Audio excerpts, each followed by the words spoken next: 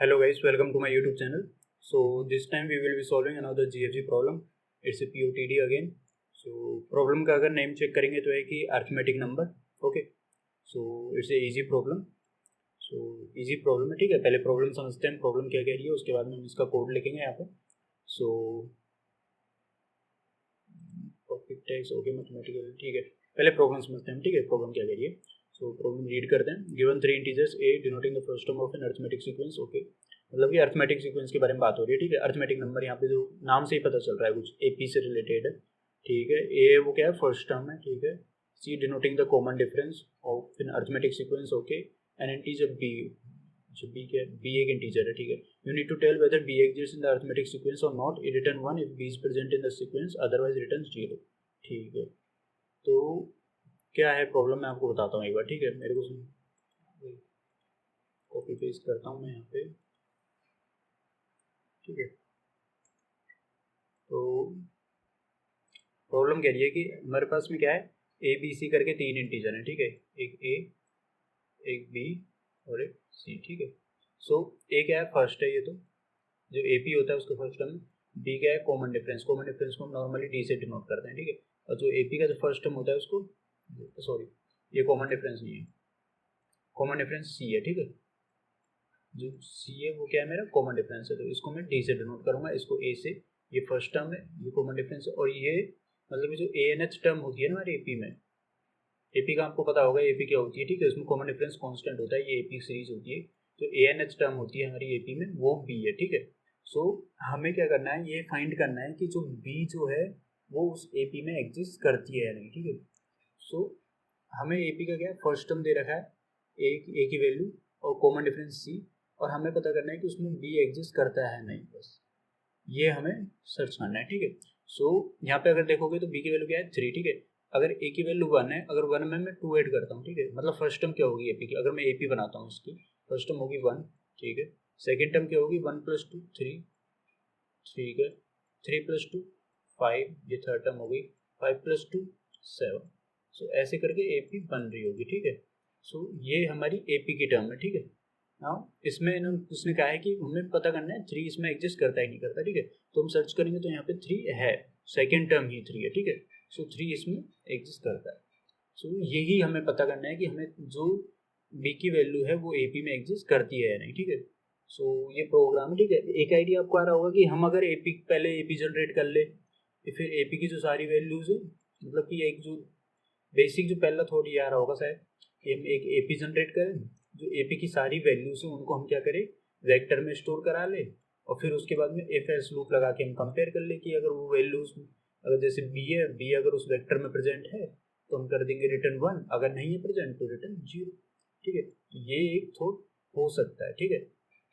तो ये है, एक केस है जिसे हम वेक्टर में लेके इफ एल्स कंडीशन लगा के कर सकते हैं. लेकिन जब ऐसा करेंगे ना तो यहाँ मैं किया था तो यहाँ पे टाइम लिमिट एक्सीड बता दे रहा है, ठीक है. मतलब कि वेक्टर में चेक करने एक फॉर लूप लगेगा जिसमें हम सब सम कर रहे होंगे, ठीक है. और फॉर लूप का कब तक जाएगा, ठीक है. तो जब ये फॉर लूप में लगाया था तो मैं वाइल लूप लगाया था इसमें, ठीक है. और वाइल लूप लगा के जब मैं कोड लिखा तो इस पर फिर मैं क्या किया था कि चेक किया था सम तक मेरा, मतलब जो सम जा रहा हो बी से लेस देन हो, ठीक है. तो उसमें फिर टाइम लिमिट एक्सीड का वो केस बता दिया. तो वो एक केस बन सकता है, ठीक है. तो वहाँ से हम कर सकते हैं.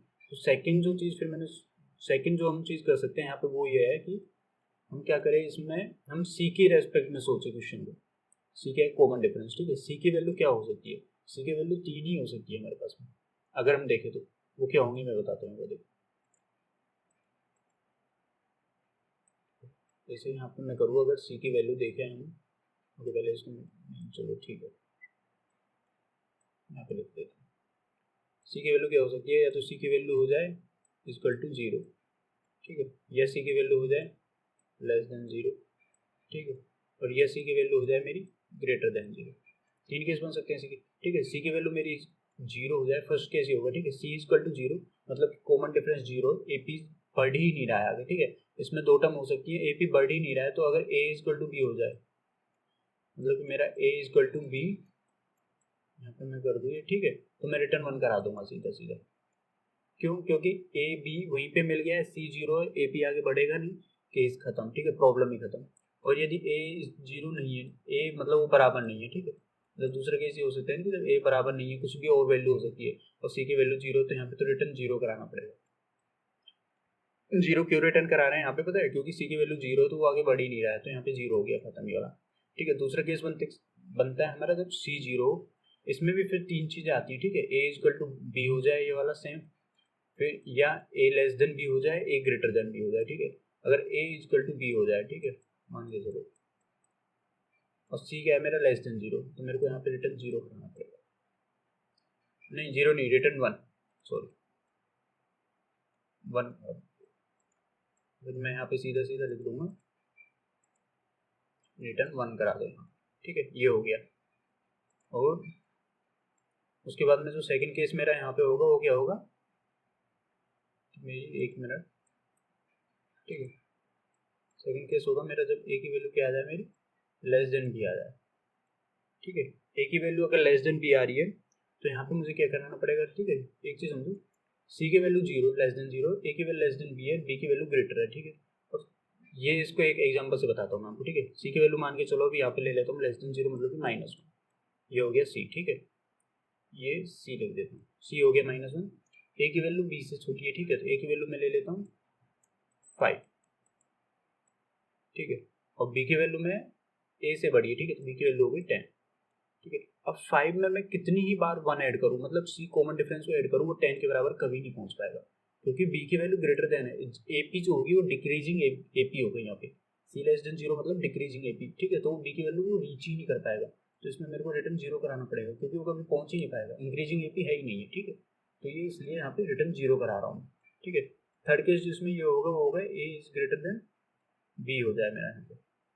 ठीक है, ए ग्रेटर देन बी हो जाएगा, तो इसमें मेरे को फिर चेक करना पड़ेगा कि वो प्रेजेंट है कि नहीं। ठीक है, तो चेक वाला केस भी हम करेंगे, अभी रुकिए बताता हूँ मैं आपको। ठीक है, ये हो गया।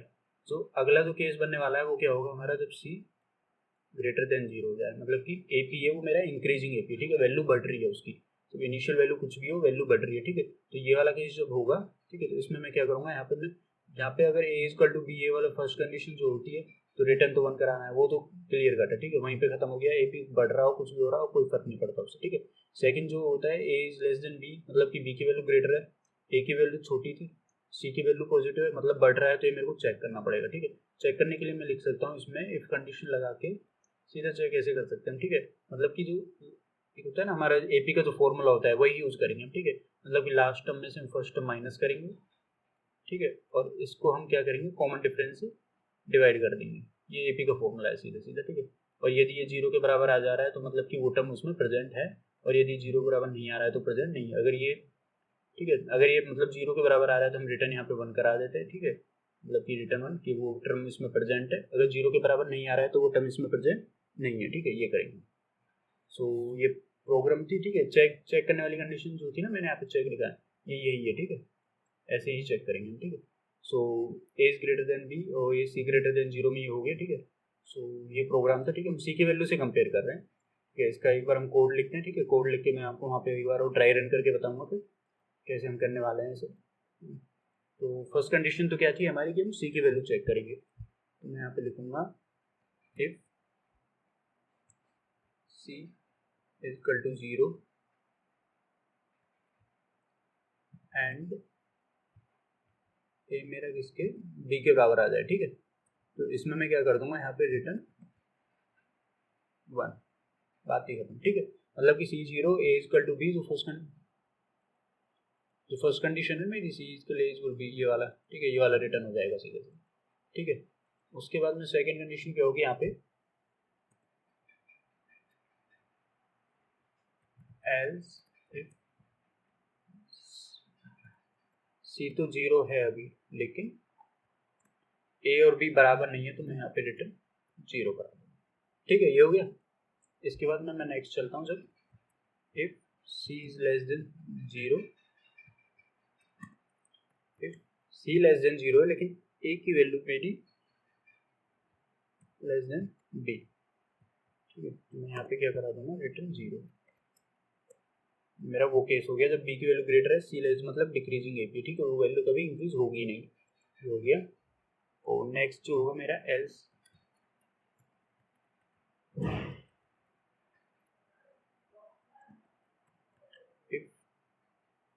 ठीक है। ये एल सी वाला कंडीशन, ठीक है। अगर सी जीरो है तो ये हो गया, अगर सी लेस ग्रेटर देन जीरो है मेरा, ठीक है, सी मेरा पॉजिटिव हो जाता है, और जो कि बी की टर्म है वो क्या है मेरी, ए है जो मेरा वो ग्रेटर देन बी हो जाता है। यहाँ पे भी मैं रिटर्न जीरो का, ठीक है। मतलब कि सी पॉजिटिव है लेकिन बी स्मॉल है, ए पहले ही बड़ा है, मतलब कि ए पी बढ़ेगी आगे, ए पी घटेगी नहीं, जबकि बी की वैल्यू छोटी है, ठीक है। यहाँ भी रिटर्न जीरो हो जाएगा। पहला मतलब ये केस ये हुआ कि बी की वैल्यू पहले इनिशियली स्मॉल थी, ए की वैल्यू बी से बड़ी है ऑलरेडी, तो बी के बराबर आएगी नहीं ना कभी, क्योंकि सी हम पॉजिटिव ले रहे हैं, ठीक है। सो ये हो गया, यहाँ पे ये कंडीशन हुई, ठीक है। इसके बाद में जो थर्ड कंडीशन है, जब सी क्या है ग्रेटर देन जीरो हो जाएगा, सिंपल, ठीक है। जब सी ग्रेटर देन जीरो होगा तो इसमें तो सीधा लिखेंगे हम इफ, मतलब चेक करने वाली कंडीशन ही लगा देते हैं सीधा। क्या था, बी था, बी माइनस ए डिविजिबल,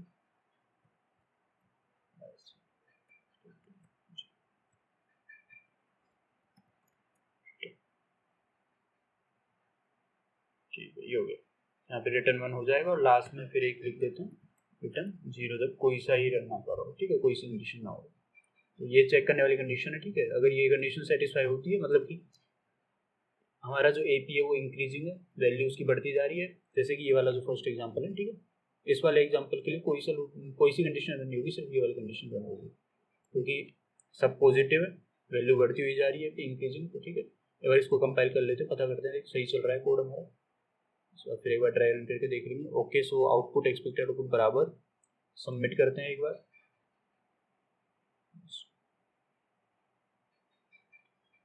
या सो सारे टेस्ट केस पास हो गए यहाँ पे, देखा। तो ये हमने जो प्रोग्राम थी, जो कोड लिखा हमने काफ़ी सिंपल लिखा, ठीक है।